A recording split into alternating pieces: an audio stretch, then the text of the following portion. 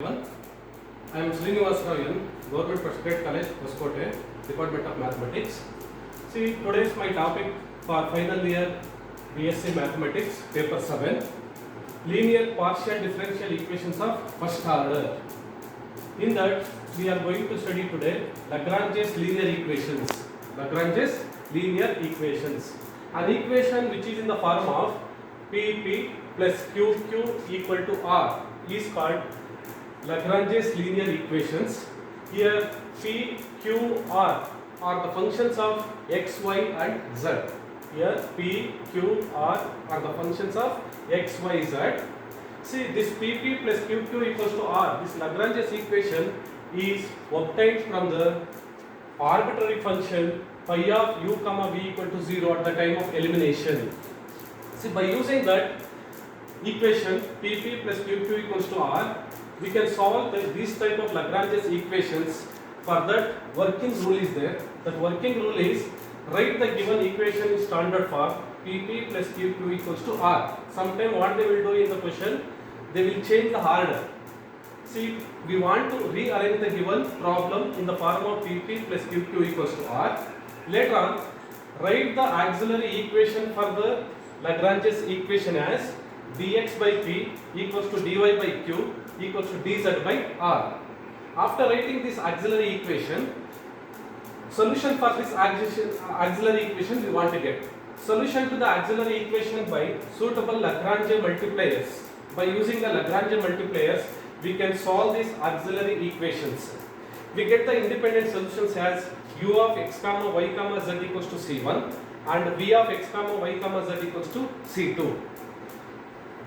Finally, the required general solution to PP plus QQ equals to R for the Lagrange's equation, linear equation, is phi of u comma v equal to 0. This is the general solution to the Lagrange's linear equation. For example, we can take a problem to solve this type of equations.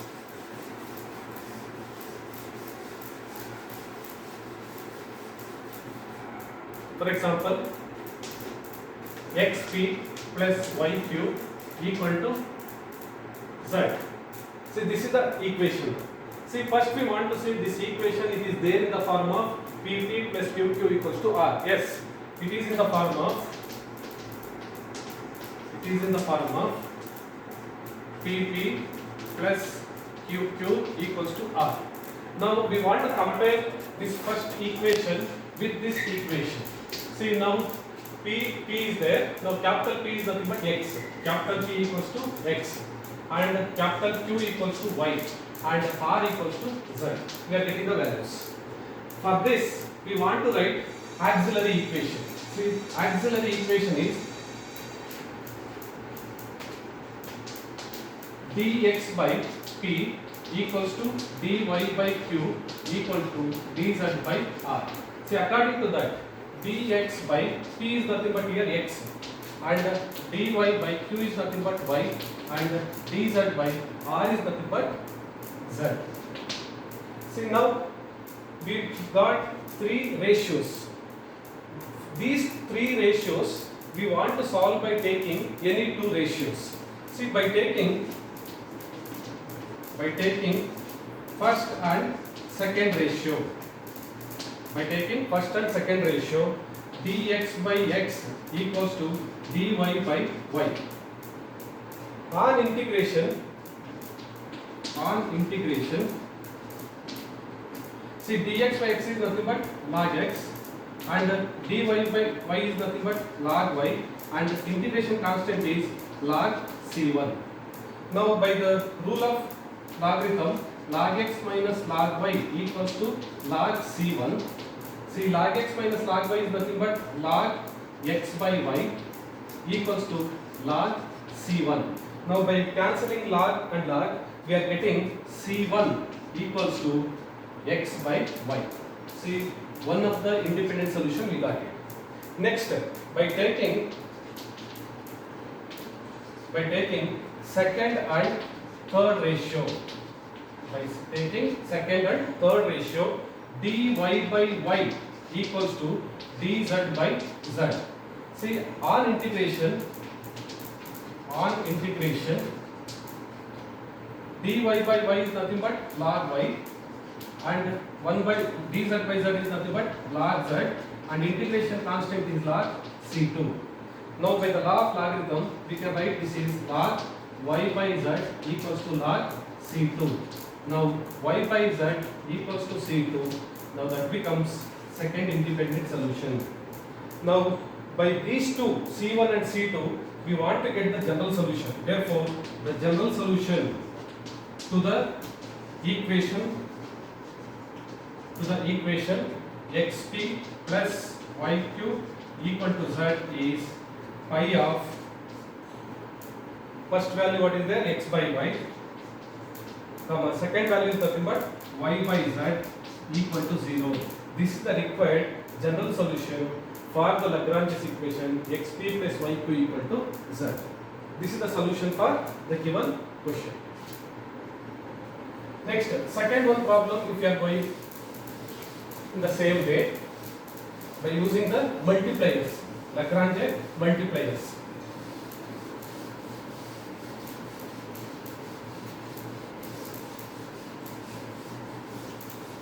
Now, second problem, cot x p cot y q equals to cot z. This is one more question. Now this question is also, it is in the form of pp plus qq equals to r. See now capital P is nothing but cot x and capital Q equals to cot y and capital R is nothing but cot z. Now after getting these values we want to write auxiliary equations. Auxiliary equations are Tx by P. Tx by P is nothing but cot x, and dy by Q is nothing but cot y, and dz by R is nothing but cot z. Now this is nothing but what we are calling auxiliary equations. Here also what we want to do means by taking the first and second ratio. By taking first and second ratio, dx by cot x equals to dy by cot y. Now 1 by cot x is nothing but we can write tan x dx, and 1 by cot y is nothing but tan y dy. On integration,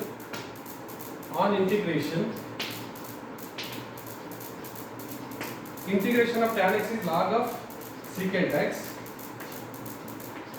tan y log of secant y plus log c1, integration constant. Now by the law of logarithm we can write log of secant x by secant y equals to log c1. See, by cancelling log and log we are getting secant x by secant y equal to c1. This is the first independent solution. Similarly, by taking second and third ratio, dy by cot y equals to dz by cot z. Now 1 by cot y is nothing but again tan y dy equals to tan z dz. On integration,